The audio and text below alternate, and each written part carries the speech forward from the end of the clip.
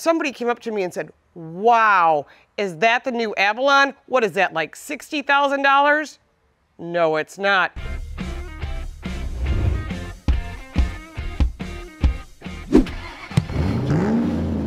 Hi, I'm Lauren Fixon. Welcome to another episode of The Car Coach. Today we are test driving the 2019 Toyota Avalon that is all new. Inside, outside, upside down. Now, we saw this vehicle originally at the LA Auto Show where they launched it and told us one of the biggest things, and we're all excited. Yes, Apple CarPlay is now standard, which I know for a long time Toyota's been fighting. So one of the things you notice right away is this vehicle looks edgy, looks sophisticated, has better performance, better fuel economy, and of course all the top Toyota safety features. There is an advanced package you can purchase with a round view camera and some other goodies. Overall, I really like this vehicle. And I stopped to get some gas because we have this vehicle for a week and this is the touring edition. And somebody came up to me and said, wow, is that the new Avalon? What is that, like $60,000? No, it's not. It's substantially less. We'll talk about the prices at the end, and I'm going to hold you along the way because I want to show you what the ride is like, and of course, all the sophistication that's done with this vehicle and how modern and updated it is. And we'll go through the pluses and minuses. We'll take it for a spin. Come on along with us. So I know the first thing you're going to ask, what about seating comfort? Seating comfort's excellent. Good lumbar support, good side bolstering, tons of adjustments available. I'm really liking the interior on this vehicle, and I think that's really important because this is where you live inside the car. I know people say, oh, I live in a house. I've heard you. But the fact is, when you're driving a vehicle, you don't drive it outside the car, you drive it inside the car. And so it's important that inside you feel comfortable, you feel safe. Visibility is excellent in this car. Huge, long windshield, part of the new redesign. Big side glass, and as you can see out the back, pretty good based on the fact that it's a sedan. It's really hard to see, but if you look from the outside, there's quite a bit of glass and you can see everything around you. Of course, the around view camera and the additional safety package also has, by the way, cross traffic alert and front collision warning, of course. All the standard Toyota safety features that you would expect. What else would Toyota offer? Looking forward, we have a nice steering wheel, which was a little beefier. It's not a flat bottom, which is good for larger people. It's also sportier. Real gauges in front of you, and when you switch from Eco mode, which is green, to the regular mode, which is black, to the sport mode, which is red, or the sport plus mode, you can hear the difference in the tone of the exhaust, which I think is really nice. Moving over to the center stack, there's a 7-inch monitor that is literally everything you would need. Not just the audio, but a gigantic navigation screen, and you can add in all your apps too, which I think is really great.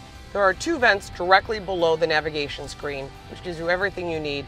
Then of course you've got all of your climate controls, but there's heated and cooled seats that are 3 stages. 3 stages of cool, 3 stages of heat, which I think is really important.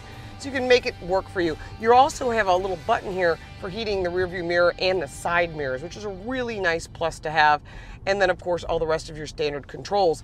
Down below you've got nice storage area that should have wireless charging but does not for some reason. I'm not really sure why. Now we get to the cup holders, and I think this is one of the things a lot of people think it's not important, but it is important because I bring bottles of water with me pretty much everywhere I go.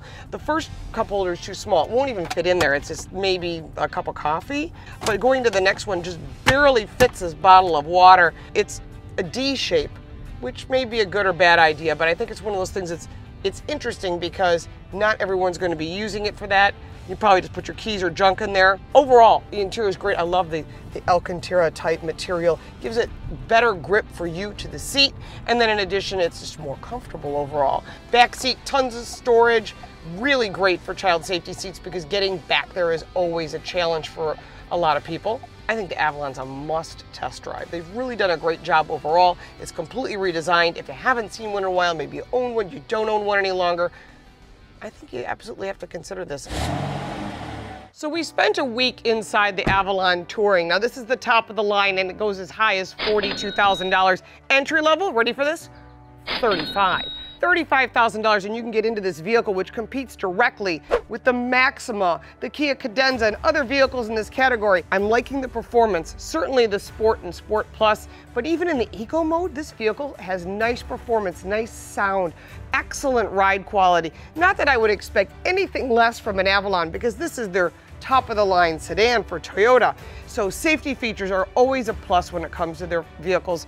Really like it, 19-inch wheels. I love the new colors. The only thing I can think of negative about this is I'm really still not a fan of this front end. I mean, I love the color, I love the look. Maybe if the vehicle were all black. It's just not, I don't know, there's something about that front grille. What do you think? I mean, that grille is really not my favorite. But I understand that when you go to the sportier models, it kind of fits in a little differently. So let me know what your thoughts are on that. I know you're going to say, what about Audi and their big grills? I don't think the big grill is appealing. It's just a personal thing. Overall, I really like the Avalon. I think they did an excellent job. A few minor things, but when you're looking at a vehicle in this price point, you're getting a lot of car for your money, and the competitors are very aware of this, and that's why this is the #1 selling vehicle in that category and gets great resale value as well. So when you're looking for a vehicle like this and you're leasing it, remember resale value will, higher resale shrinks the cost of your monthly payment and also can actually lower your insurance costs. So all these are factors to consider before you make a decision. If you own an Avalon, you've owned one in the past, let me know what your thoughts are. If you own a competitor, why didn't you buy an Avalon? This is important for others to know. We like to start that conversation. Don't forget to sign up for the Car Coach Reports at laurenfix.com.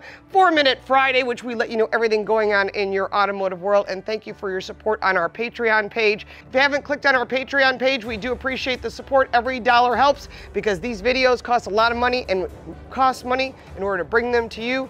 And we appreciate all your support. Thanks so much for following, liking, and sharing, and we'll see you next time.